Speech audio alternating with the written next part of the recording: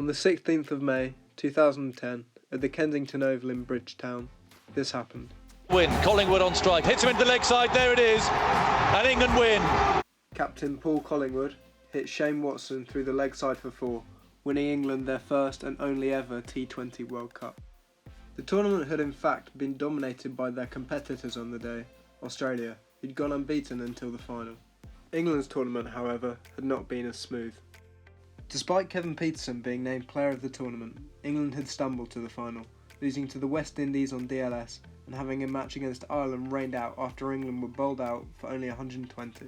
The Three Lions then managed to scrape together some form, Pietersen and Breslin starring as they narrowly beat both New Zealand and Pakistan on their way to a semi-final triumph against the Sri Lankans. The final itself went relatively smoothly for Collingwood's men.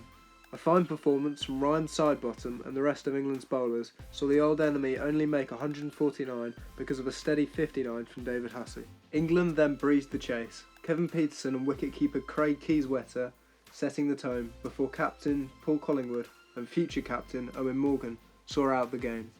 Aside from this, England in T20 World Cups has been a mixed bag. Despite being the country in which the format was founded, their performances in the tournament have been largely underwhelming, failing to reach the semi-finals in both 2012 and 2014. Then there was 2016. Joe Root was the pick of England's batsmen going into the final, his sublime 83 from 44 against South Africa being a particular highlight. Then came the final in Kolkata. England were favourites, their lengthy batting lineup including Stokes, Butler, Morgan and Roy saw them tipped to overcome a turbulent West Indies team. And with 19 required off the last over, it looked like England would win only their second ever T20 World Cup. And then... Oh, big shot. Oh, it's high in the air again. Carlos Brathwaite! Remember the name! Carlos Brathwaite hit 4 sixes off 4 balls to see West Indies become world champions. Since, under the leadership of Owen Morgan, England have gone from strength to strength in the white ball game, their fearless attacking style bringing them unparalleled success. They broke their own record for highest ODI score, 481 in a 5-0 bashing of the Australians, have won countless ODI and T20 series against the likes of India, Pakistan and New Zealand, rose to world number 1, and to top it all off, beat New Zealand in possibly one of the tightest games of all time to finally lift the World Cup for the first time in their history. So that brings us to now, 2020. England, fresh off winning the 50 over World Cup, are looking to break new ground and do the double for the first time in their history by winning the T20 World Cup. So can they do it? Let's start with the batsmen and the openers. Over the past several years, Jos Buttler has established himself as one of the most aggressive white ball players in the world. Now it looks like Buttler will open the batting for England in the T20 World Cup. This is a role which he's played extremely successfully over recent years. We saw him in the IPL, averaged 48 in that position with the Rajasthan Royals. And it looks like that's where Owen Morgan wants him to play. Now there has been some suggestion that Buttler should bat lower down the order to act as a finisher. This is a role that he's played in the past and it's a role that he would undoubtedly be very successful at. But I just feel with Butler's explosive attributes, you want to get him in the game as early as possible, and that's why I think he should be opening the batting. Now, partnering Buttler will of course be Jason Roy, who, as he's proven in recent years, is a really phenomenal white ball opener. He took the World Cup by storm last year with some brilliant performances against the likes of New Zealand, India. We can forget his 85 against Australia in the semi-final. He actually scored 443 runs in that tournament at an average of 63. And while it's probably true that Roy is more suited to opening in the ODI format, he's really shown in recent fixtures that he can do it in the T20s too.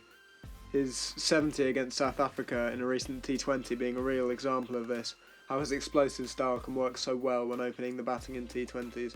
And this is why I believe that Roy should open alongside Jos Buttler in the T20 World Cup. Now on to number 3, and this is a position where England have a lot of depth. This is a role that Joe Root has actually played really well in the past for England. You cast your mind back to the 2016 T20 World Cup, he scored 249 runs, an average of 49. However, it appears that in recent years, Root's stock in the T20 format has dropped quite dramatically. His strike rate in particular has fallen to only 126, and this has been reflected in the recent England T20 squads, Owen Morgan deciding not to pick Joe Root for either squad in New Zealand or South Africa. Because of this, it looks like it'll be Johnny Bairstow who bats 3 in the T20 World Cup for England. This is where he batted in the recent T20s against South Africa. And he played well there, his 50 in the final game being a particular highlight and showing that he can play in that position. Another example of Bairstow's T20 prowess batting up the order would be in the IPL. He formed a magnificent opening partnership for Hyderabad alongside David Warner, his 100 against KKR being a particular highlight. Captain Owen Morgan will likely come in at 4. He's been a really exceptional white ball captain over the past several years, leading England to the T20 World Cup final in 2016, and then, of course, to winning the World Cup in 2019. And in terms of form, Morgan's been really exceptional as well. He's scored 4 50s in his last 8 T20 games for England, with a personal high score of 91 in that time period. And who can forget his mammoth 148 against Afghanistan, in which he scored a record 17 sixes. When Morgan first took over as captain, England's white ball sides were in disarray. The team had just crashed out of the 2015 World Cup with embarrassing defeats to the likes of New Zealand and also most notably Bangladesh. Since this, Morgan's attacking style and calm approach to captaincy have not only seen England dominate the white ball formats, but Owen Morgan become one of the most accomplished and successful captains in the world. At 5 is England's World Cup and Ashes hero Ben Stokes.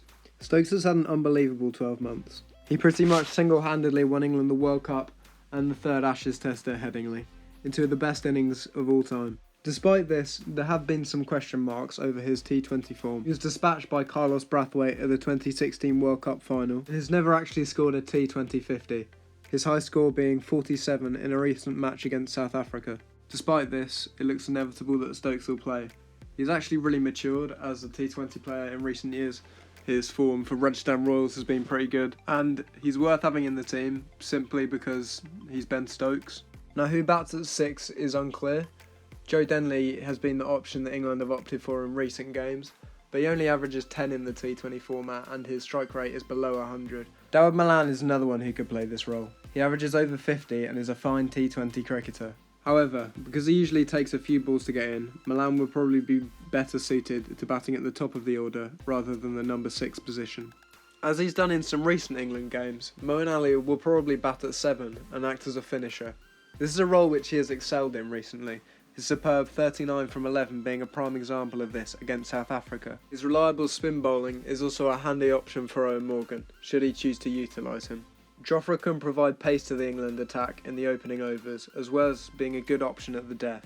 Jofra has shown in both the World Cup and Ashes that he's capable of bowling upwards of 90 miles an hour for a prolonged period of time. Although an excellent death bowler, it looks like the skill and variation of Tom Curran will be utilised in the middle overs alongside Ben Stokes and Adil Rashid. Rashid has proven himself in recent years to be one of the world's leading T20 spinners. His accuracy and variation are a potent weapon for England's bowling attack.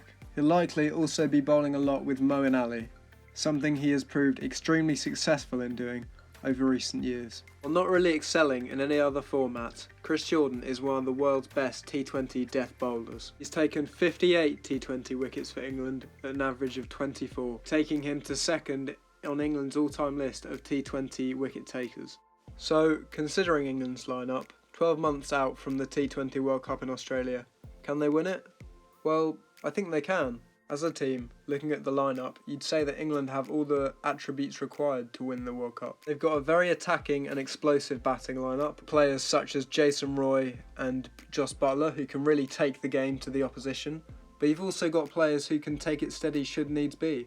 Ben Stokes and Owen Morgan being 2 prime examples of this. The bowling unit is also very impressive. You've got players like Jofra who can attack and take wickets, but you've also got more skillful players who can deliver variations and limit the amount of runs, such as Tom Curran and Adil Rashid. In that sense, it's very clear what Owen Morgan wants to do with the side. It's very balanced, and I think his leadership is one of England's best qualities. Over recent years, Morgan has proved himself not just to be an excellent tactician, but a very good man manager who can get the best out of his players. With all that considered, I'd say England definitely have a very good and very realistic chance of winning the T20 World Cup in Australia next year.